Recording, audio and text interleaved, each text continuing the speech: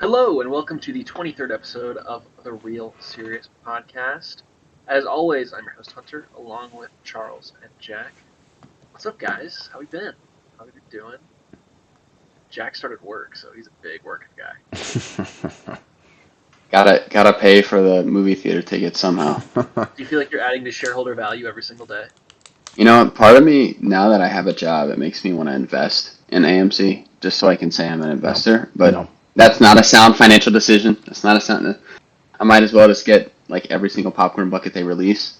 So That is a better investment. that's something I can keep and hold on to and show to people. So Yeah, I think that's a better thing to do. Hunter told me probably like 8 months ago. He's like, dude, you got to get AMC. Like, it was at like 30 a few months ago. Now it's trading at like 12. Like, it's gonna go to the moon. You don't even know. I'm like, okay, sure. So I bought like $50, and then like 3 days later, it tanked like 60%. And I was like, all right, Hunter, thanks so much. But sometimes I do get free stuff. Like AMC does offer like free slushies sometimes to their shareholders. Yeah, So we got the free candy that pretzels. one time. Yeah, so I think I've gotten a slushie, I've gotten pretzels. That might So all be you have to it. do is buy like one share, and it's $4 right now. So then you'll get free stuff. I might just do that. I mean, I feel like that's just like because they have like a connector, like Yeah, type of exactly. program. And then whenever you go, you complain, and they're like, "I don't really want to help you out." You can be like, "Well, as a co-owner of the company, I feel like you should probably listen to what I'm saying. Like, For sure. you're my employee, actually. Yeah. You can Yeah. do that." Hmm. Yeah. But yeah, we got a lot to talk about from last week. And right now, as we're recording, House of the Dragon is back on HBO. So unfortunately, we'll not review that, but I will be talking about that next week because I'm so excited for this show to be back. I love Game of Thrones, and House of the Dragon rocks. So I'm very, very excited for that. I Makes can't wait. I'm one of actually so us. excited. Hey, HBO, Jack, baby. HBO. Jack, are you big? I haven't seen Game of Thrones. I haven't either. Yeah. So that I need to though. Hunter, that'll have to be your segment. Oh, bro. Wait, Jack, have you seen Lord of the Rings? Yeah, man. I was just making I know. sure. Sorry, I just haven't. Sorry, that's like an. I know that's not. Sorry, it sounds stupid, but it's like No, it's just like, I just don't have it logged on Letterbox. I Oh, literally okay. rewatched the entire trilogy freshman year in my dorm, like cranked through all the extended cuts in like Hmm. 2 days. It's It respect. was it was an incredible experience. I bought a replica of the ring, and I was like carrying it around like I was Gollum. Wait, actually? So yeah, don't ask the people on my floor freshman year about it. I'm sure That's they you'll were a little regret bit awesome. Wait, that's it. scarred. sweet. Don't let me scratch out friends. I had a couple friends on that Yeah, floor, like but neighbors. They were just like yeah, neighbors. That I mean, like Yeah. I had some friends, I had some neighbors. They put up with me, but that was quite a time. But I haven't yeah, rewatched them since. I was hoping to watch them in theaters, but traveling to a new city kind of Mm, screwed that up for me. So yeah, that'll do it. yeah, I feel like that should be like a once a year thing. They have certain movies come back to theaters.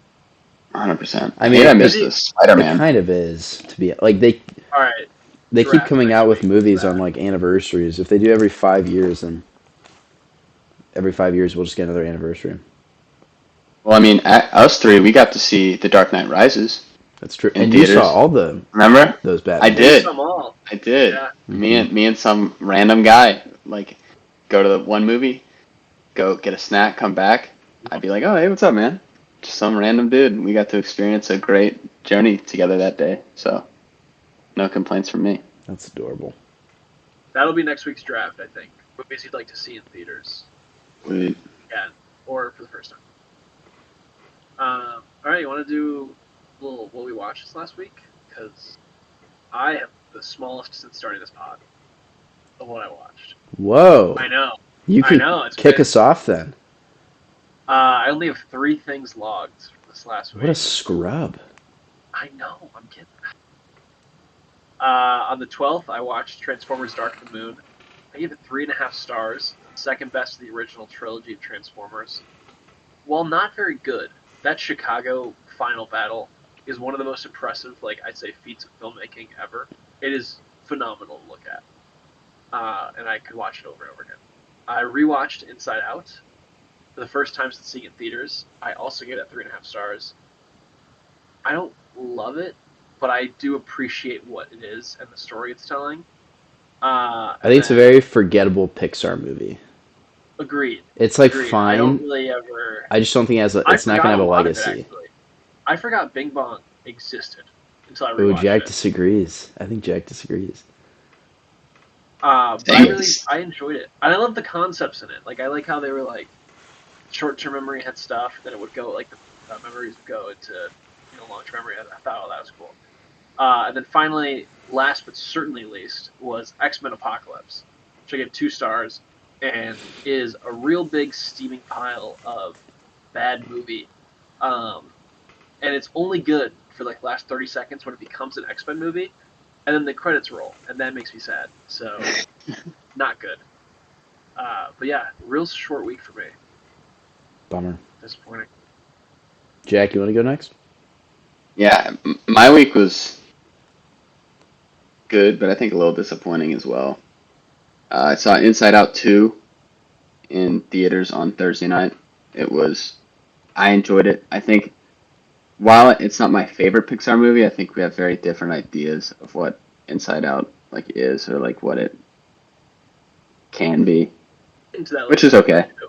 Yeah, we'll get into that a little bit later. But I enjoyed that. I'll get to the rating later. And then me and Caitlin this week, we were just trying to watch something that we could just kind of like, turn on and off every time we had a little bit extra time. And for some reason, we chose Unfrosted, which I wish I hadn't watched.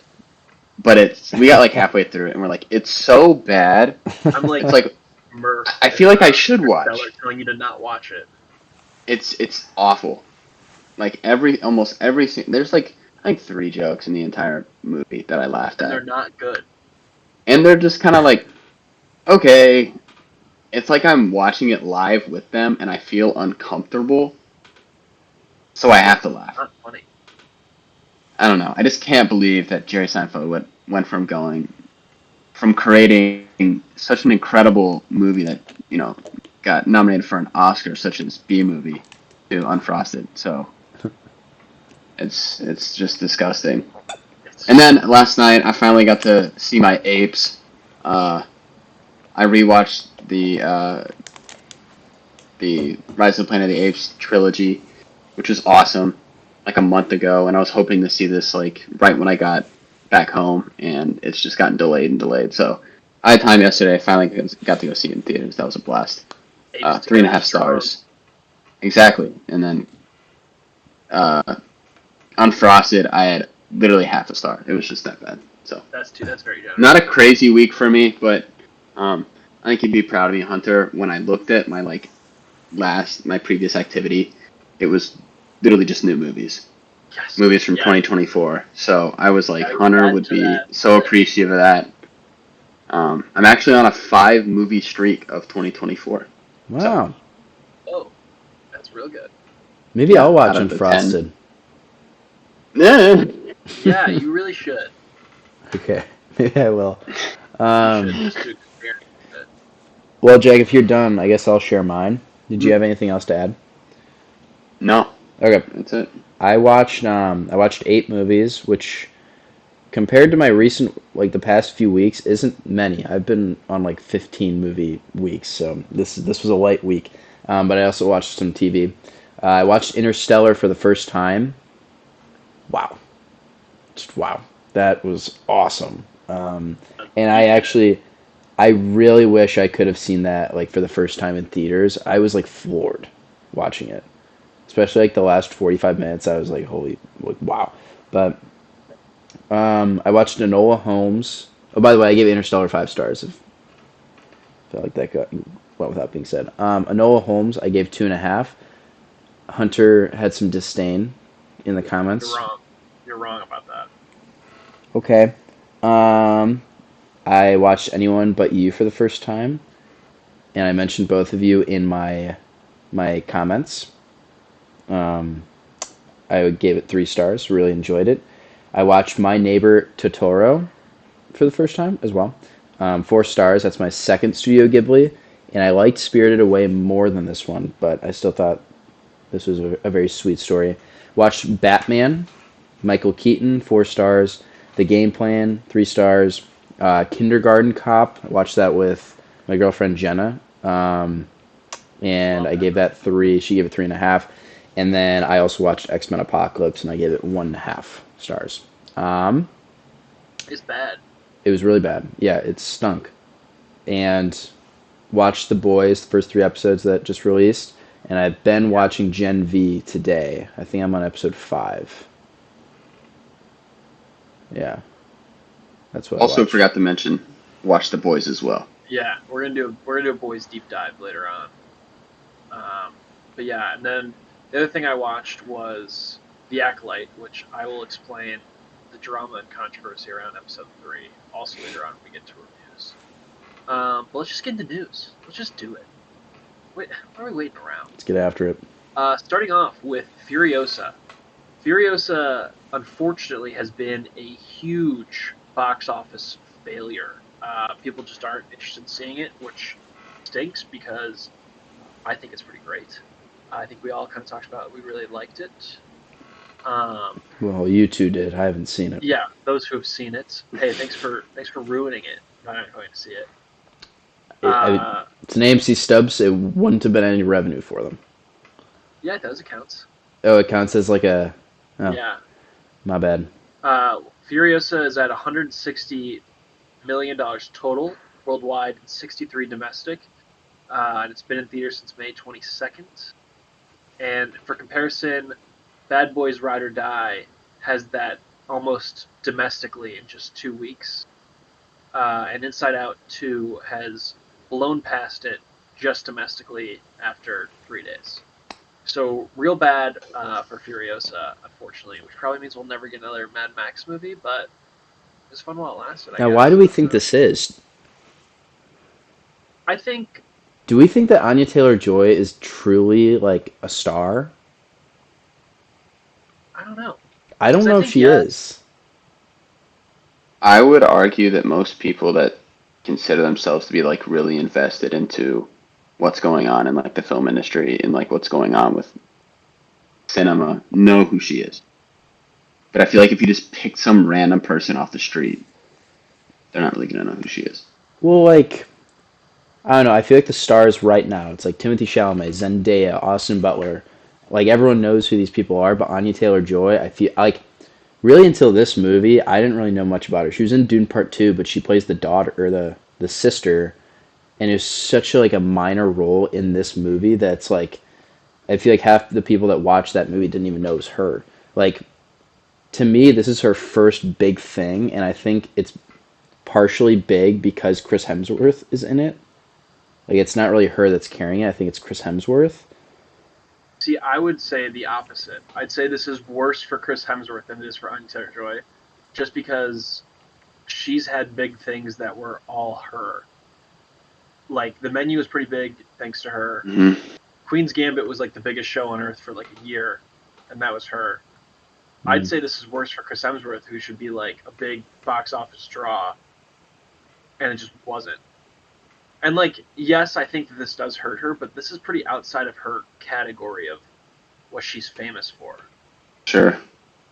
So I just feel like it's worse for him than her overall. Gotcha.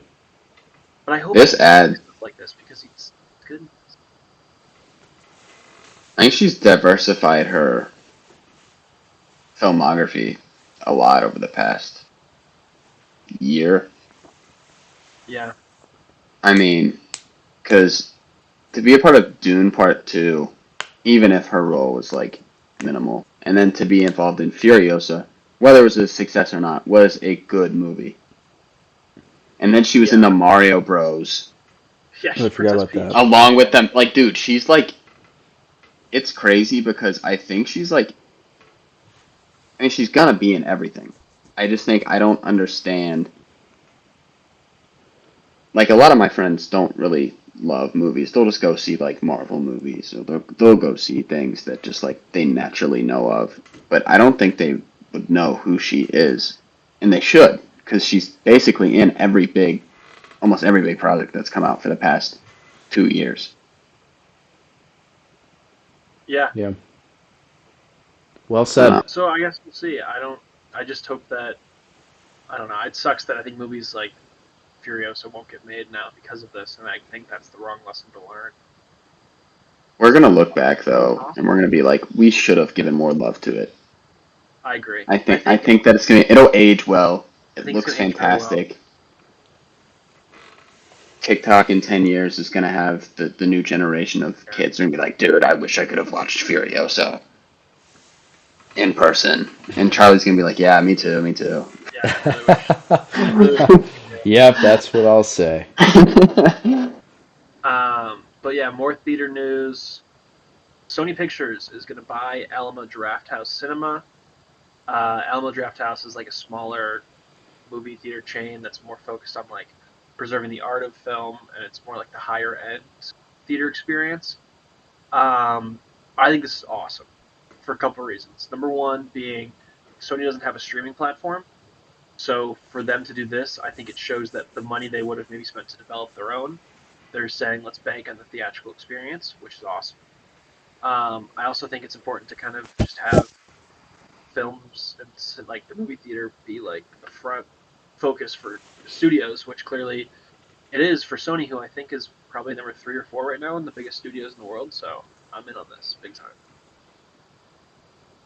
So have you guys been to one of these movie theaters? I hadn't even none heard by of it, me.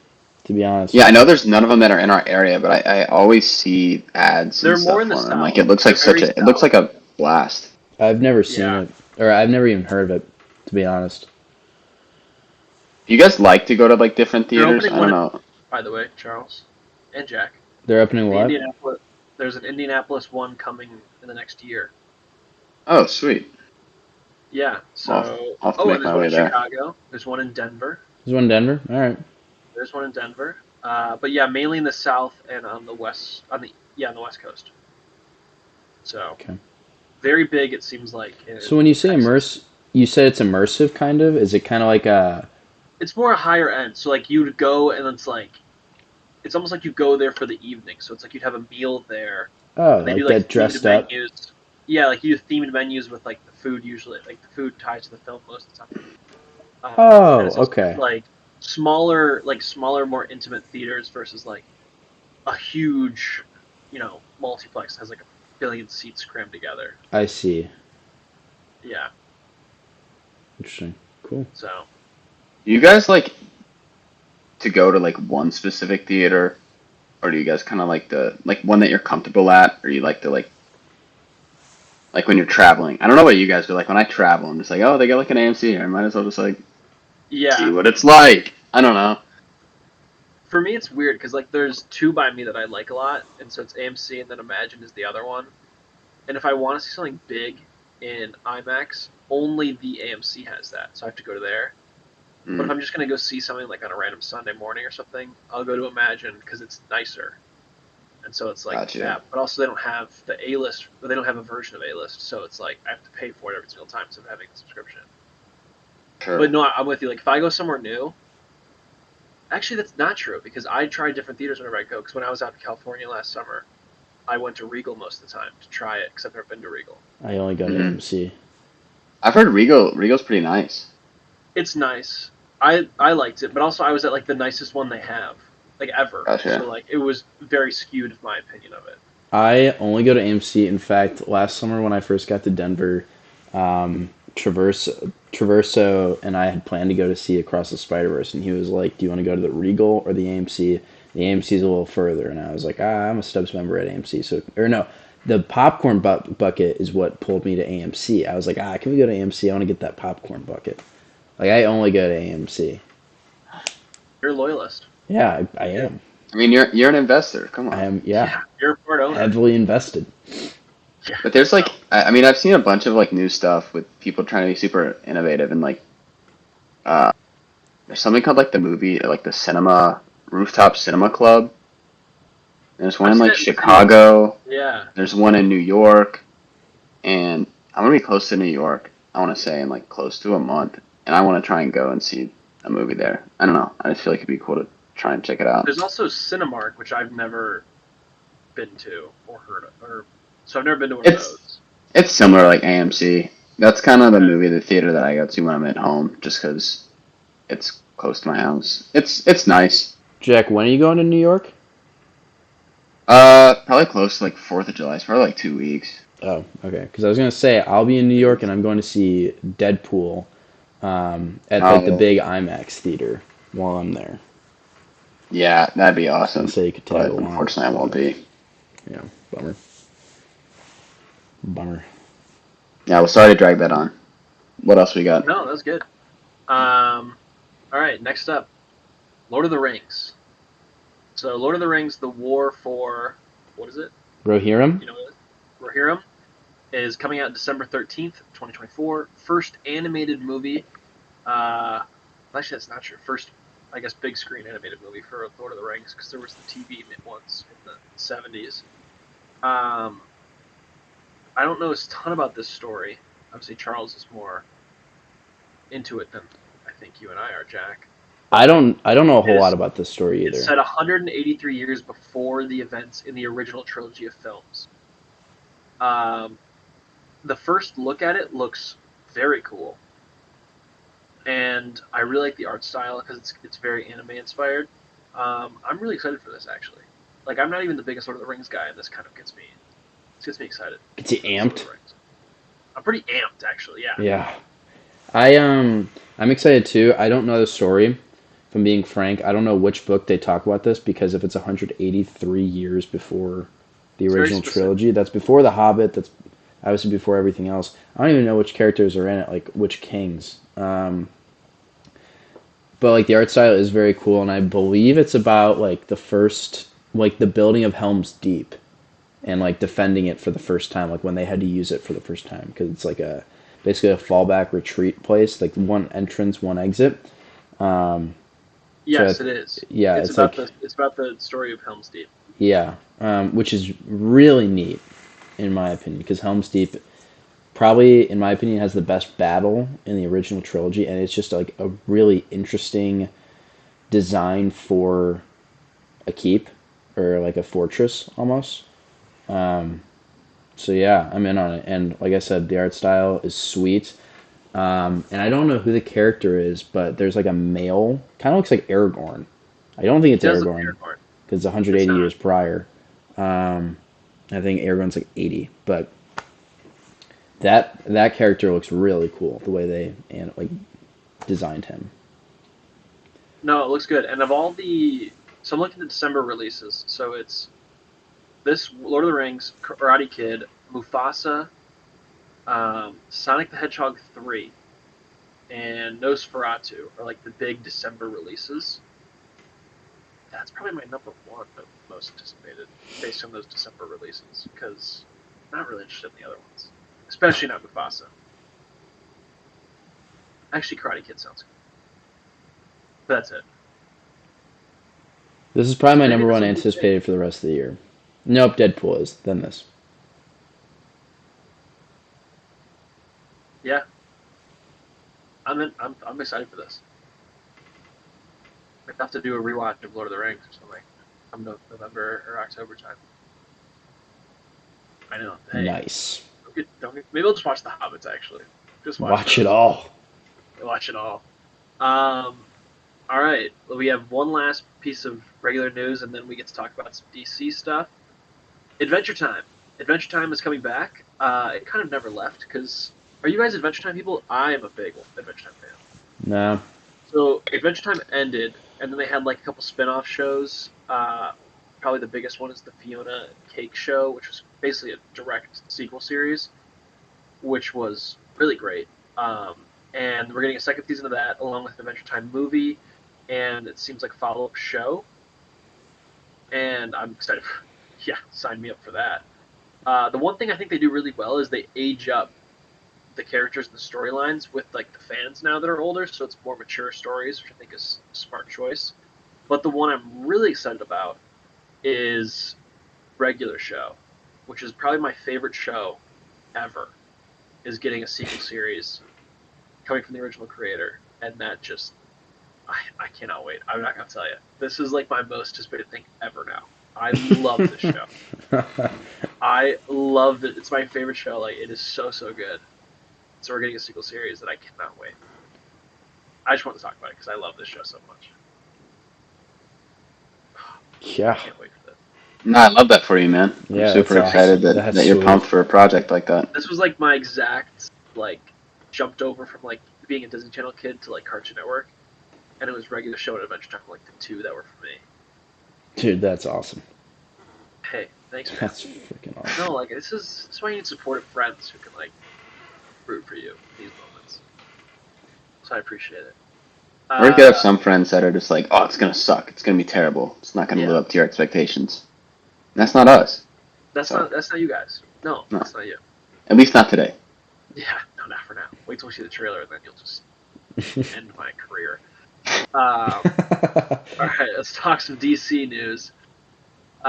First up, not in the DC universe, The Penguin has a premiere window of September 2024, so that's actually very soon. Beyond excited for this, just because I'm excited to get back in the world of Batman, and the show looks really good. So, Is Robert Pattinson in it? I believe he has one episode he might be in. Okay. That's what I read online. I don't know if that's true, but Okay.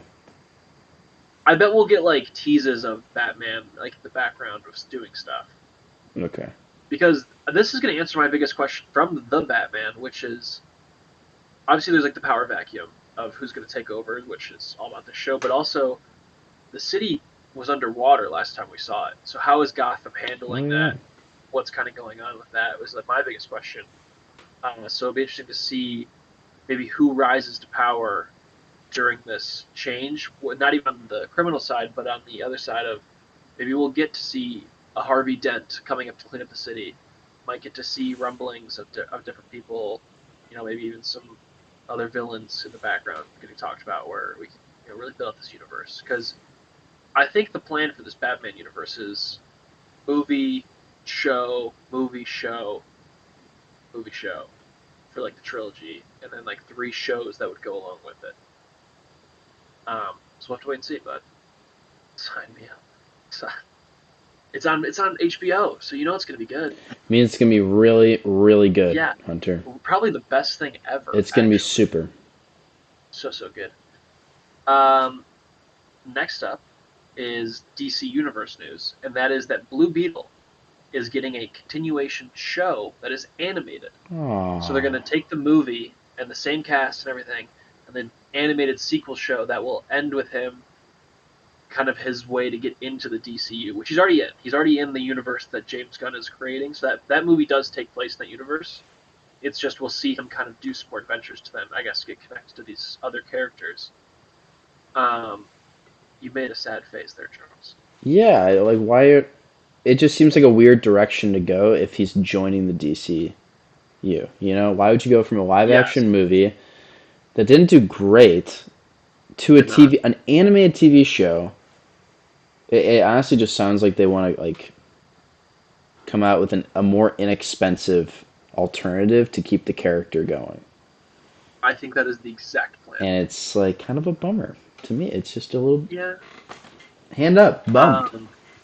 But the cool thing about that is that when James Gunn was asked about it, he basically was like, yes, the way we're handling the DC universe is that if there's a spin-off comic, if there's a spin-off show, TV show, like cartoon, video game, he even mentioned, it will be the same actor, same character, same story throughout, which is actually I think very cool.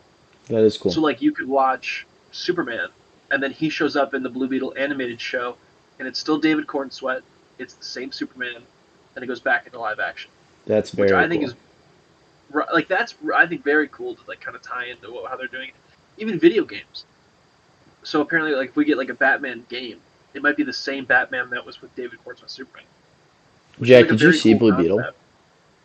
I did not. You should watch it. I believe it's on, maybe on Max. It's on Max. Max is normally home for most of DC stuff. I heard it was pretty good. It was just, I think, that was like August?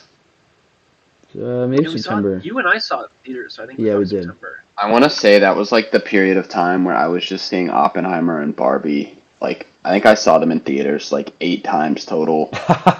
So there was like as soon as Oppenheimer and Barbie came out, I literally just saw them for a month and a half later, and I didn't see anything else that came out. So I apologize to Blue Beetle, but hopefully I can get some time saved away and check it out. Blue Beetle is extremely cookie cutter in terms of like a It's the superhero definite, story.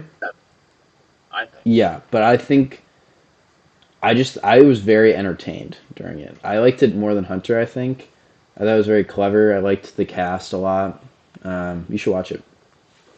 Yeah, I was excited for it. It's just Barbenheimer stays undefeated, man. Yeah, it does. Sure does. All right, and then let's get into some. That's it for news. So let's get into some Boys, trailers. the boys.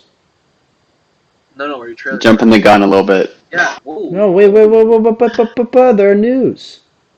No, I know the news. We'll talk about when we do the review.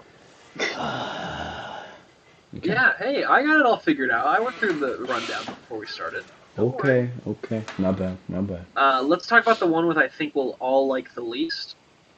Sausage Party Foodtopia trailer dropped. What are we doing? I am such Why a are- Sausage Party hater. I think it's the I stupidest, hate most Sausage Party. like infuriating piece of rubbish I have like ever seen. And the fact that they're coming out with a show is bonkers to me. Yeah, agreed. My question is who asked for this? I mean, I know Seth Rogen has been involved and he's produced some pretty good stuff. And like what? He had the Teenage Mutant Ninja Turtles came Voice is out. him. Yeah, that's what I'm saying. I'm like, he's produced some great stuff, but I don't know what his involvement is here, but no one asked for this. Like, No. I don't get it. I don't know anyone that was like, Sausage Party is one of my favorite I don't think anyone's ever said comedies that. of the past 10 years. I've never heard anyone say that, and I'm not sure I ever will. Forgot it existed. I Yeah, never exactly. heard when it first came out. I want to say it was like what, 2017, 2018 that it came out. Probably around there. Yeah. When it first came out, I think every single person had the exact same sentiment. Like, this movie is just like, what are we watching here? This was utter like Not just good. silly. Yeah, bad. And everyone was like, why is this a movie? So I feel like that's going to be the same sentiment towards this show. Like, why is this a show? Why are we watching this? Are people going to watch this? I doubt it. Right? I just feel like the final joke of this is going to be they find out that, like, food expires or something. Because, like, the trailer is them taking over the world, and they're like, this is our society now. So what, in 2 weeks, are they all just going to go bad, and then they all, like, it's just over? Like, I feel like Yeah, that's they're going to just be the gonna final get moldy. joke of the show. It's Rise of the Planet of Food, bro. It's exactly no, what it seriously. is. Also, if society crumbled to food that came to life, I would be so disappointed in humanity. So sad. Yeah, we would just eat it. All right, let's move on. That sucked. The Instigators. The Instigators looks pretty decent, I think. It's a movie, directed right? by Doug Liman. Yeah, it's a movie. It's Okay. a movie. Directed by Doug Liman, who I think just directed. Not taken. Yeah, Roadhouse from this year. So Roadhouse just boy. came out. Oh, brother. I think this looks pretty decent. Like, I'm not gonna hate on it because I didn't like Roadhouse Glam. Oh, He did the Born Identity and he did Edge of Tomorrow, so yeah, he did. I Tomorrow well times. So can't say that makes me more excited for this movie, Also American but it Beauty. makes me appreciate him. I also think Matt Damon is awesome. You know I what's so agree. weird is we've gotten back-to-back weeks of really cool-looking Apple TV movies that star two very famous duos. Because we had this, and then what was last week was the Pitt and George Clooney. George Yeah. Clooney Brad Pitt one, yeah, Yeah. which looks decent as well. So I like these kind of buddy cop movies that are not, not all buddy cop, like they're that kind of style. Who is Matt Damon's duo partner in this? Casey That's Affleck, like- Oscar-winning Casey Affleck, if I recall correctly. Yes. Ben Affleck's brother. I saw a meme and it was like Casey Affleck in a green hoodie Oh, is just terrifying. Yeah, he's in I Interstellar. From he is. Manchester by the Sea. I really don't like Manchester by the Sea. That might be one of my Really? like Oscar hot takes. Is I think that should have just not been nominated. I really don't like One of my friends is like, he loves that movie, but he's like, dude, it's just so sad. it. It's so sad, and it's like sad in like a way that I don't like. I don't know. I just don't like it. Nah, That's it. it Not for me. each their own. All right, one that is for me though, Wild Robot. This second trailer, I think I liked less than the first Yep. trailer, Yep. but I still really like this idea of like this robot coming and being these friends with these animals. I think it looks cute and fun, and I like the design of the robot.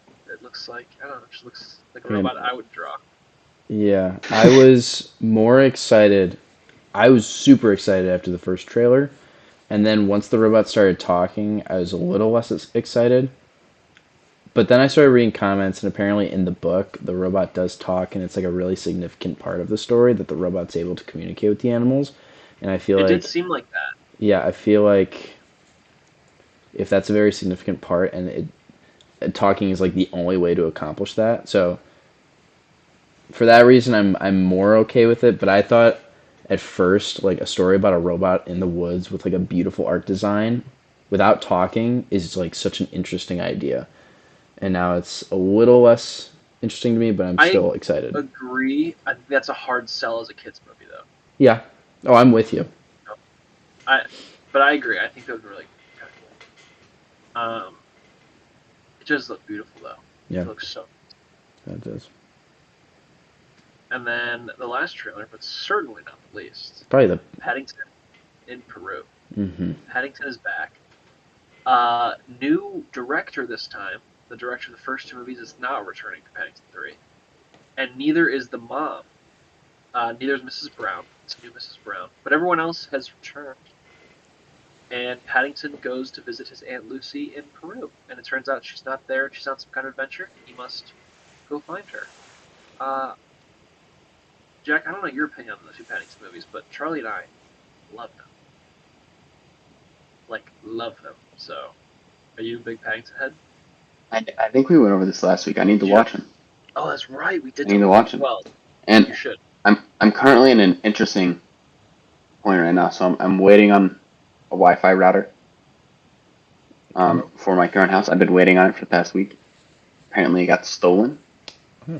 So, in order to watch movies, I can't use my hotspot because, like, I need to use my hotspot for work or for things that are super important. It's like the super important, So like the real watching serious pot. So Yeah. watching Paddington isn't super important.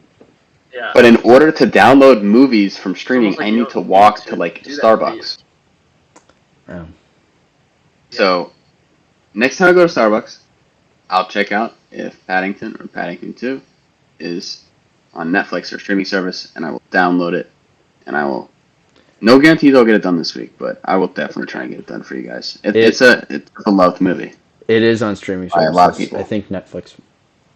So All right, well I'll download it and I'll So give it a peek. the director of this is his first feature film ever. He's just done music videos before this, but I do believe if he was selected to kind of finish out whatever this Paddington trilogy is, he's the right choice. It's just hard to not see the first guy back returning. the trailer looked good. The trailer looked good. The trailer It looked good. did look good. It's a bummer Paul that- King did not return. that the mom isn't coming back. Yeah, what's up with that? I think it would have been more detrimental if the dad didn't come back. I think the mom not coming back, all things considered, like isn't the worst thing that could happen. Mrs. Brown? I think Mr. Brown leaving would have ruined me. Mrs. Brown leaving, it's tough. I wish it had been one of the siblings. But Mrs. I'm Brown, just glad Mrs. Bird's sticking around. is that Molly Weasley? Yeah, Nice. yeah. I hope the neighbor is still there also. Yeah. He's very awesome. If it had been Mr. But I guess Brown, though, I think we would have been done also for. I don't know how I feel about them leaving London because it's so like British in its essence. But we'll see. We'll see. It comes out in January, so we got some time. And then let's get into some reviews. All right. So there's only one thing we all watched, and that's The Boys. So we'll save that for last. Let's actually start with Inside. No, let's start with The Acolyte, because I'll talk about The Acolyte after our big Star Wars talk. There was a lot of controversy surrounding this episode. So episode 3 is called Destiny. It has been called one of the worst things Star Wars has ever created. It has been called ruining the franchise. People are saying they'll never watch Star Wars ever again because of this. Saying all these things. I don't think it's that bad, first and foremost. I think this episode is like a 5 out of 10. Like, it's not that bad. I think it is a lot of poor choices compiled that make it seem worse than it is. So, full spoilers, I'm going to just give. Let's just talk spoilers. The plot of the episode is that basically there is this cult of witches. So, the Acolyte follows kind of these two twins. So, it's Osha and May. One is evil, one is good. One is trained by the Jedi. One is trained by like the Sith-like character. You learn that they were twin sisters born of the Force, so that this group of women witches use the Force to conjure these two children. And so the big controversy there is obviously Anakin was a child born of the Force. It's supposed to be this thing where it's for the chosen one, and so it's kind of like it's not as special if like these people can also do it. I don't have a super issue with that happening at all, if I'm being honest. I think that is... people are just getting on a high horse because, like, oh, it's not what I wanted. I think you could have fixed it is if they had their own version of the Chosen One prophecy. And to them, they thought they could make the Chosen One. But it just didn't happen to be these two kids. And so they kept trying and trying and trying. And then it turns out you need the darkness that Plagueis had eventually to then create Anakin later on down the line. So I think if it went that route where it was like you tried to force the prophecy to happen, that would have been a more interesting route. They just didn't choose to do that, so it's whatever. The other thing people complained about in this was that the Jedi, like, kind of seem like the bad guys in this. Because they show up and are like, oh, if you Force-sensitive children, by law, they have to come with us to train for the Jedi, because that's the law of the High Republic. I have no issue with that. I think the Jedi have always been flawed. We've talked about this because of my opinions of The Last Jedi. I don't think it's that deep, if I'm being honest. I think just the biggest issue... honestly, I think the biggest issue is that they called the Force the thread. That was like a plot point that the witches called it the thread because they didn't want to follow like the patriarchy that was from the Jedi Order, which is a plot point they chose to do. It's whatever. I think overall it's fine. Like, it's just another Star Wars show. Like, I don't care at this point. Like, it's not that deep. People are like freaking out, and I just don't think it's that important. You got to admire the hearts of Star Wars fans. They are. You do, but They're honestly, I'll be demanding. honest. They're demanding, but honestly, I don't think they'd be happy with anything. No, I they think definitely wouldn't. at this point, unless you just put a 40-minute episode of Darth Vader fighting like Obi-Wan again and again and again every single week, Star Wars fans are not going to be happy. So like I don't know what you're trying to do here. It's just not going to be. It's not going to work whatever you do. I think people want, at least me personally, I want more like prequels. Like I want to see a movie about Dooku or a movie about Maul. Like really just like lengthy stories about these characters. I think you're the average Star Wars fan, where Star Wars fans don't want new. They want what they have, but just more stories about what they have. Here's the thing about a business. In marketing, you appeal to your consumer, right? 100%. So why aren't they doing that? If the average Star Wars fan... I think they are. Because I think they are. I think the average Star Wars fan is so specific. Because what does the average Star Wars fan say they want for years? They want stories in the High Republic with a lot of Jedi. That is what this show is. It is a ton of Jedi with lightsabers constantly. That is the High Republic time. And yet everyone complains about it. I think that all Star Wars fans actually want is what you just said. They just want... give me this person I already know. and tell me about a story that happened to them 10 years ago versus a story of someone I don't know. I think that's all Star Wars fans actually want.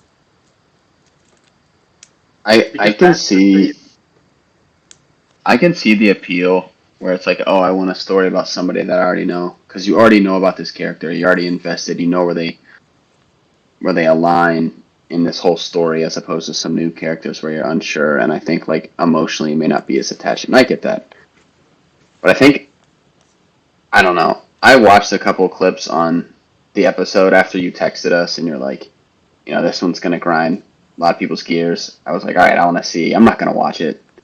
And honestly, I think after watching all the Star Wars movies, I realized I'm not the biggest Star Wars fan, and that's Yeah. completely fine. That's completely fine. Yeah. I enjoy some of the movies, but I don't have to enjoy all of them. I think they've just Disney with Star Wars. I mean, like you said, you thought the episode was like a 5 out of 10. I just don't think we need this many shows. I don't think it's necessarily whether like what Star Wars story should we give. It's like for me as a fan of, I mean, for an example, Marvel. I mean, go the same route. I think like the quality over quantity.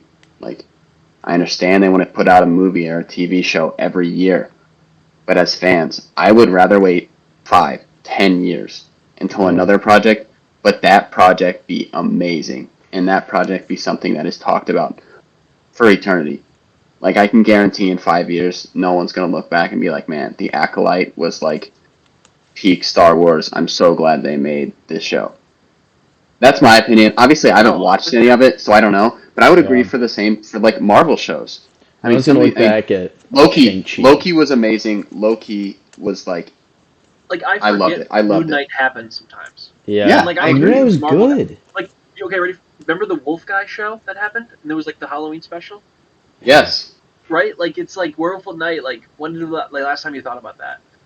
But I do. I think off of Acolyte, I agree. I think it hurts the Star Wars brand that you have so much Star Wars. And the weird thing is, a lot of the comments I saw, because I got really deep into like the Twitter on this, and it was gross. Some of the stuff people are saying. It's like it's a TV show. It's a story about space wizards for children. It's not for deep diving as a 50-year-old man. But the thing about it is, I think they don't want new so badly that no matter what you gave them, they're not going to be happy. And like I think Andor might be the exception to the rule, which is not even fully the exception to the rule because Andor is so baked into what we already know of Star Wars. Yes, it's a little bit different, but like it's basically episode 4.5. I think that stuff like this, people are not going to be interested, even if it was good. They'll find a way to not like it. They'll find a way to say it's not good. And I honestly think that I agree with Chuck, where it's like maybe for the next decade or a little longer, just spoon feed Star Wars fans the same stuff they've seen until eventually they go, well, why can't we see more new stuff? And then you can bring in the new stuff. Because I think about it like Ahsoka. Like if you were to create the Clone Wars, I think now, and bring in Ahsoka, there was controversy back when they brought back in Ahsoka for the first time. I think today it Oh, would be so gross. it would It'd be be, so gross. And it's like now she's one of the most beloved characters in yeah. Star Wars ever. And it's like you got to give stuff time to go through it and move. But I also think Disney is doing themselves any favors with shows like this, where people behind the scenes make certain comments that alienate the fan base. And it's just like, Hmm. all right, are you going to play it safe, or are you trying to appeal to a new group of Star Wars fans? And if you are trying to do the second thing, then really do the second thing. If you do this 50-50, you alienate both sides and no one's happy, which I think this show unfortunately is falling into. But I'm going to keep watching. I think that it could stick the landing, and apparently it does. So I don't know, but I think it's also really bad when people go online and are like, "Oh, you just don't get it," like, "Oh, it's Mm. just not for you." Well, it's like people have been fans of Star Wars since they've been 10 years old. And they saw it in theaters in 1977, so it's like it is also for them, but just I don't know. It's just an No, annoying thing to talk about now. That the fact that Star Wars has become this is so annoying.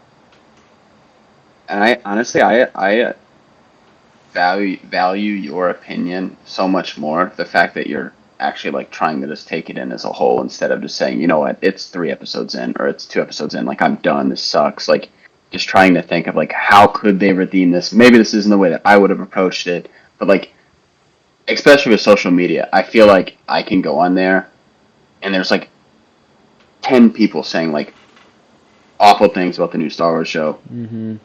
Are they valid? Maybe. But obviously, sometimes on social media, it can appear that the hate is much more than the people that do like the show. Or because I'll go on these posts and people are just like, "Oh, the show sucks," da da da da, and then there's people in the comments saying like, "Well, you know, I actually kind of like it."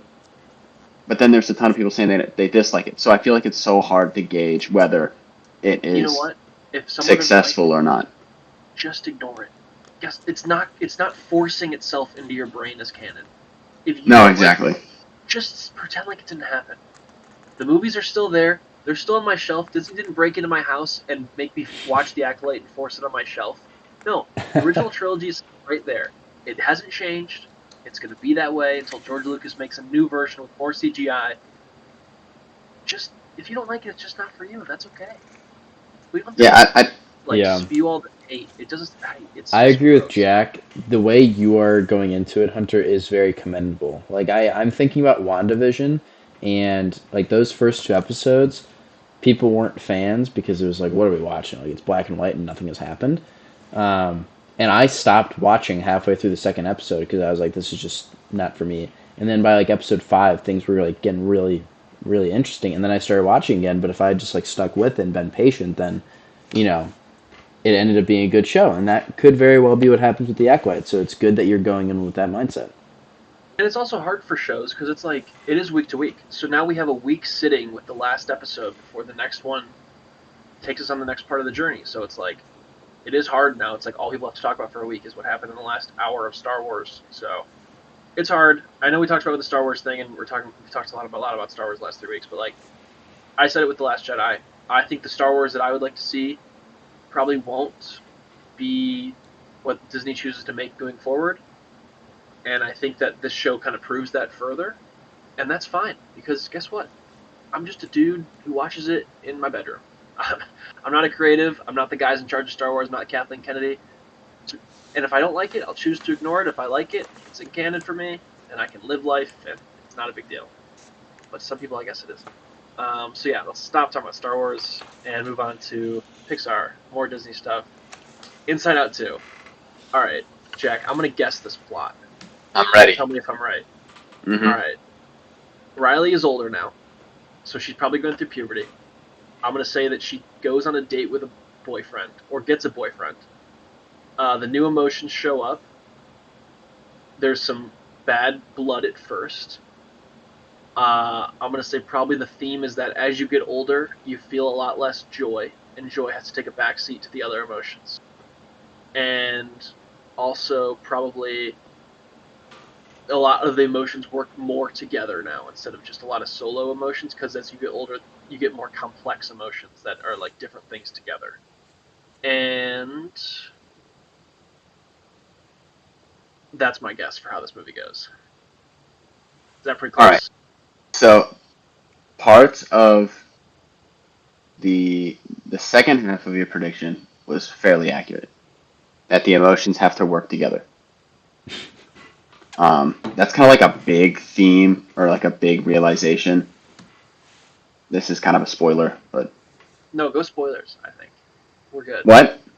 Go full spoilers. I Go. think Well, basically, by the end of the movie, you realize that they all have to work together to make someone who they are.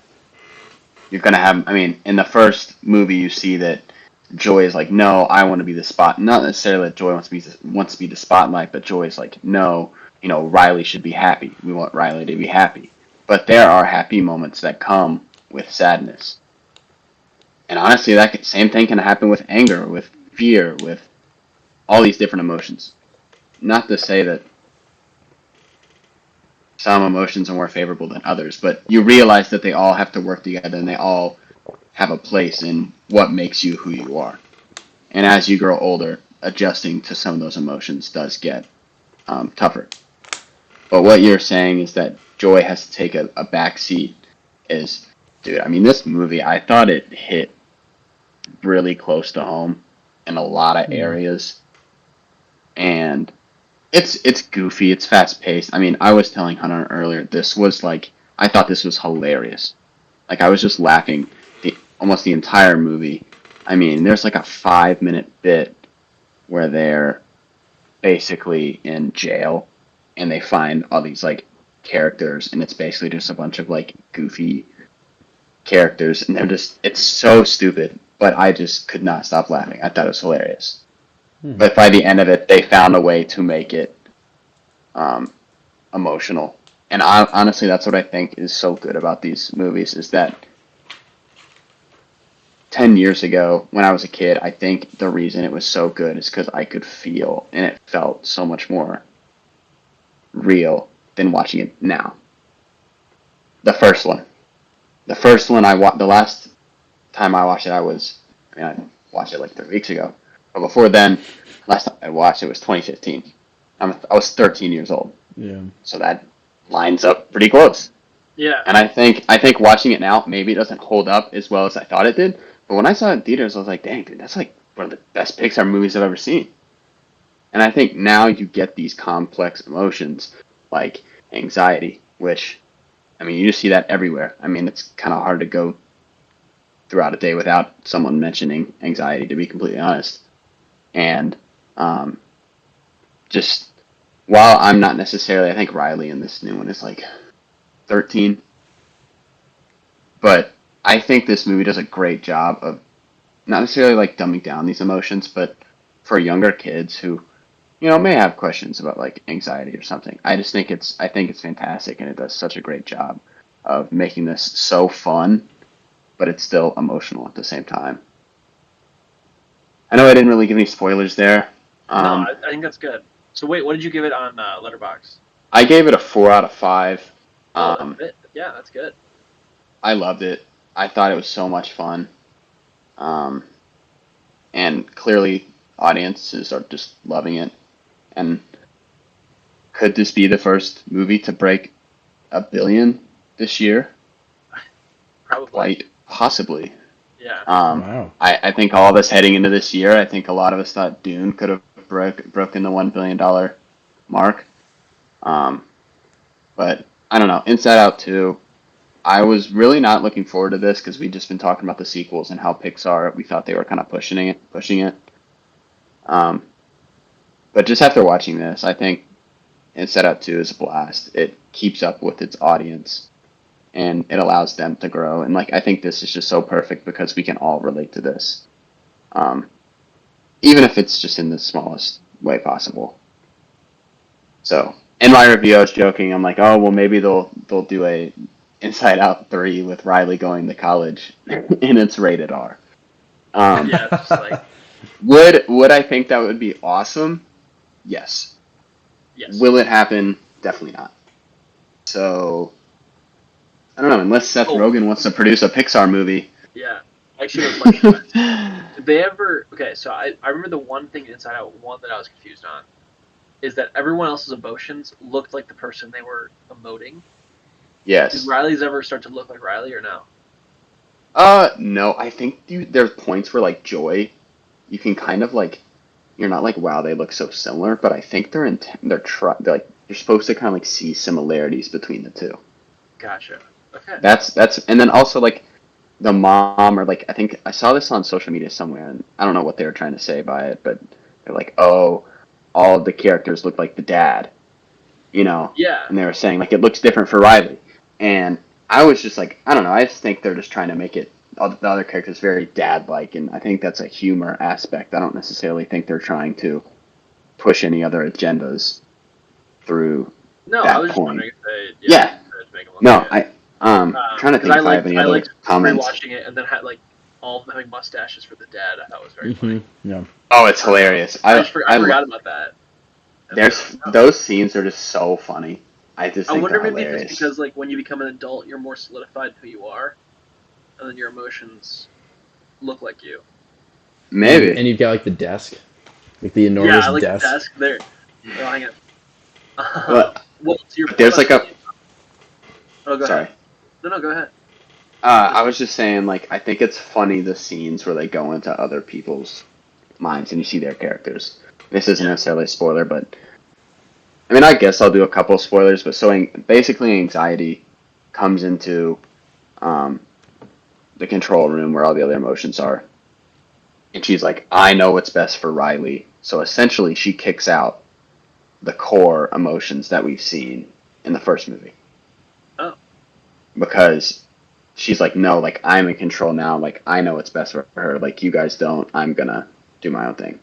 So she kicks them all out, and basically for almost the entire movie, anxiety is controlling Riley, and you see that Riley does a lot of things that she normally wouldn't do, or um, basically it's all about her making this team. Because right now she's, I believe, at the end of middle school and she's going into high school and she wants to make this ice hockey team and anxiety's like we are going to do whatever it takes, like full Kobe Bryant, like screw you, we like I'm not here to make friends, I'm here to be the best. um and it's pretty interesting just because you go through the full ride and Maya Hawke rocks, dude. I mean, she rocks. I don't think they could have chosen a better person to play that character. uh I don't know. I could go on and on about this movie for a long time. I wish that you guys would have seen it, I but know. I'm sure we can save a little bit of a discussion for maybe when you guys get to see it. But wasn't super high on this, but I had a blast. So Where is it that's on all the we year got. for you? On the year, I want to say I put it, and don't get frustrated with me, Hunter. No, hey, But it's your world. I have it, I believe, slightly above Hitman.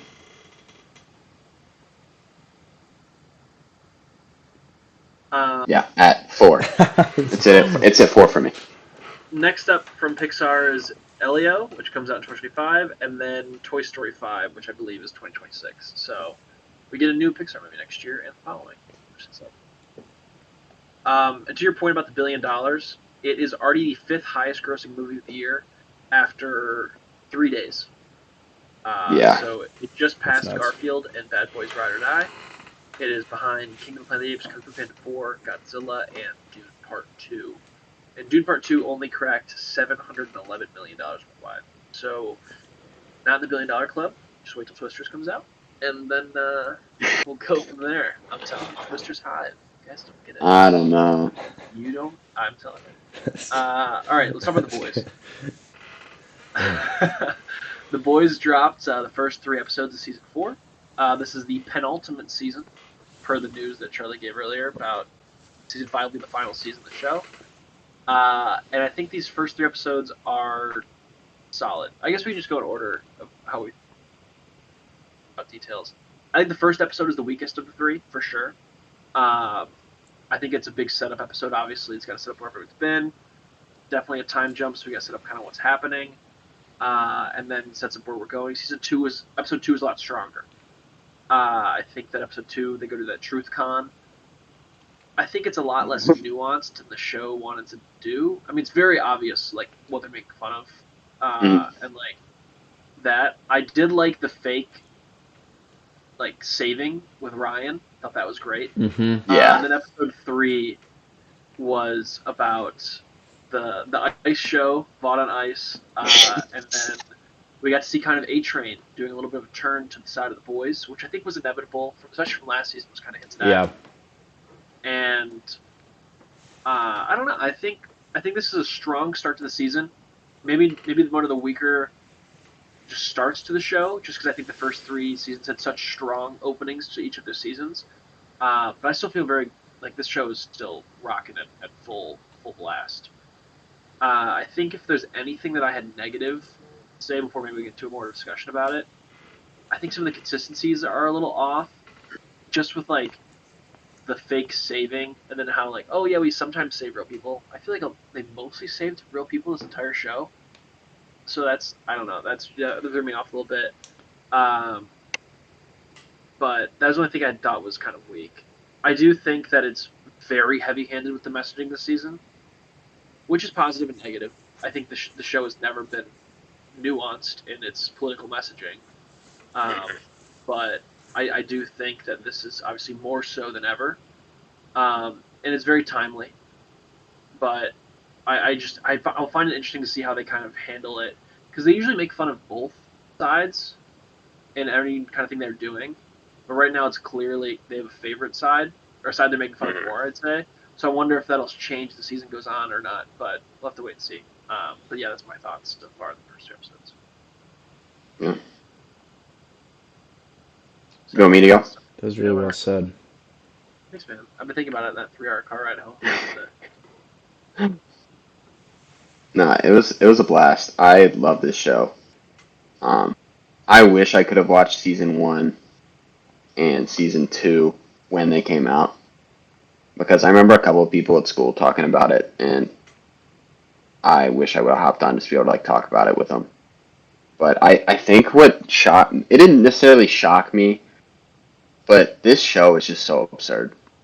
Mm-hmm. I mean, it is like one moment it's just, a normal conversation, and then 5 seconds later it could be the craziest thing you've ever seen on your TV. And it's awesome. Yeah. I mean, it's crazy. I think something that I think has been hilarious, which I've seen it's been kind of controversial. Or we'll get into that later. Sorry, that's kind of like a more detailed, but I love it. I agree with a lot. I agree with a lot with what you were saying, Hunter. But it's so good that I'm so happy the show's back, dude. The show just rocks through and through. Agreed. I watched it with Hunter, and I wasn't really as high on the show after the first, or as high on the season after the first episode.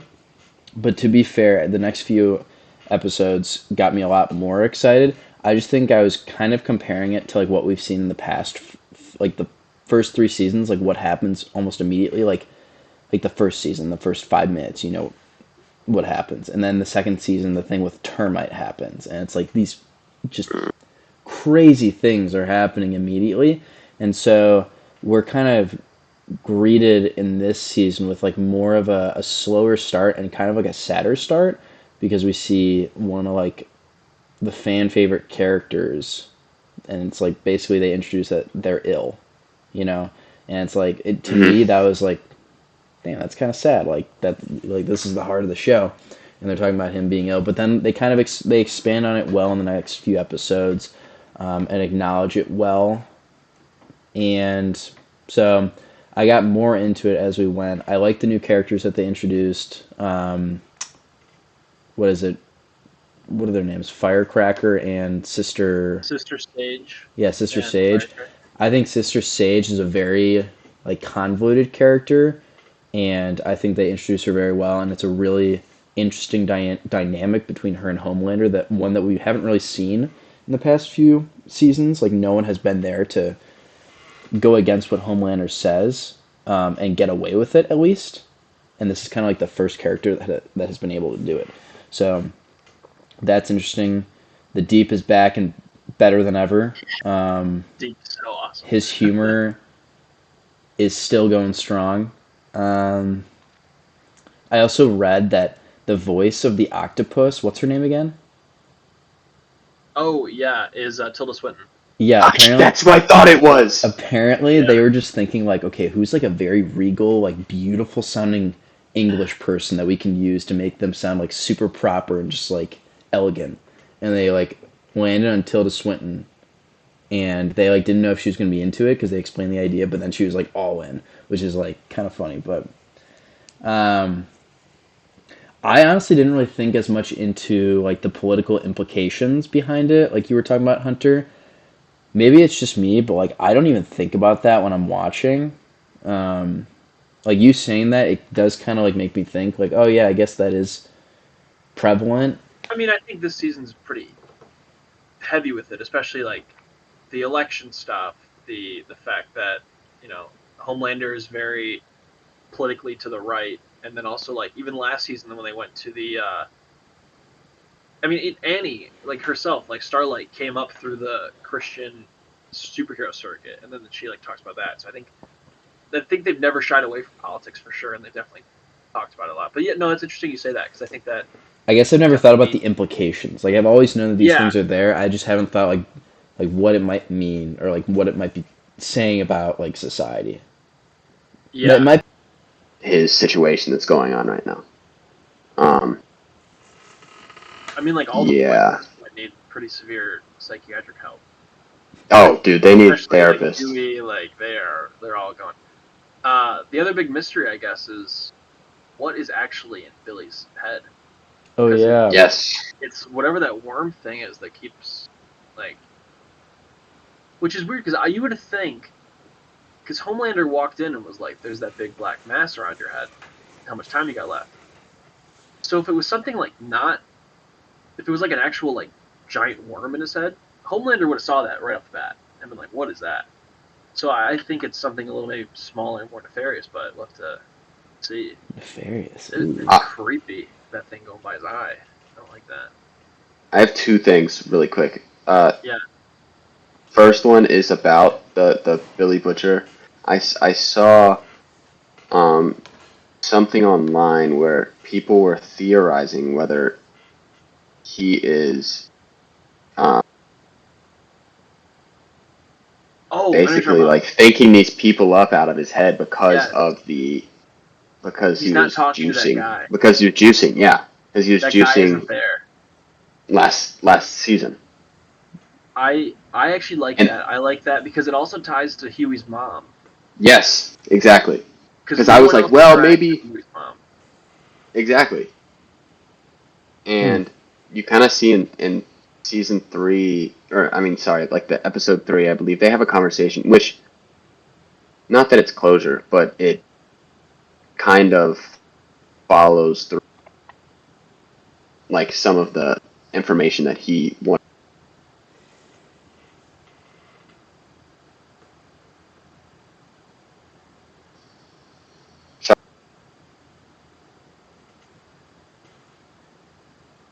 Dude, this guy needs a Wi-Fi that's like way better. He's on some weird phone or something. I don't know. But yeah, he's probably made some really good points. We just not hear it. That's fine. It's in the pod. It'll be in the pod. So everyone else listening heard it. We just didn't hear it. The But I agree with YouTube whatever you said. will not hear it. But I agree with whatever you said. So, yeah. I don't know. But anyway, yeah. So that's the first episode of The Boys. Talk about episode 4 next week, which is called Wisdom of the Ages. Um, and yeah, so that's about it for The Boys. Next week we'll talk about House of the Dragon. Talk about The Boys season 4, episode 4, Acolyte episode 4, and the Bike Riders. We'll do a review of the Bike Riders. I think that's it. Is there anything else for next week? Oh, and we'll do our draft on movies we would like to see in theaters. I mean, maybe we never got to see in theaters we'd like to see again. Cool. Yeah, that's about it. Good pod today. Real solid. And hopefully by then, actually, no, definitely by then, but hopefully by when you're listening to this on Monday, the Celtics are NBA champions for our boy Jack, whose Wi-Fi is bugging. But yeah, so we have the Bike Riders, and then Bike Riders, but then the next week, Quiet Place Day 1, Horizon, and American Saga. Very excited for that. So, awesome. That's all I got, you guys. I got anything else? Let's just be grateful. Yeah, I be think I grateful. told you this when we were watching X-Men 97. It feels so good when you have a TV show that you can look forward to every week and that you wake up Thursday morning, lie down I got well, 3 of them. Jack's working, but for those that aren't working, you lie down on the couch 9 o'clock a.m., have a coffee, and just watch some TV. It's nice. It's peaceful. And Jack, you can I got watch 3 of them. after the So that's workday. pretty sweet. Actually, I have 4 shows right now going on. It's like the most shows I've ever had. I have 5 shows going on. Wait, hang on. The Boys, House of the Dragon, My Adventure Superman, Smiling Friends, and Acolyte. Oh, and Doctor Who. I have 6. I got 6 shows right now. Dude, you're winning. I'm living. um, Who's back of the week? Put a This guy. big W over your head right now. You're winning. 2 thumbs and is a major W. This guy. Yeah. So yeah, that's all for this week's episode. As always, thanks so much for listening. Be sure to connect with us on socials, and hey, let us know what you thought about these things. We always like to hear about it. And yeah, for Jack and Charles, I'm Hunter, and have a good week.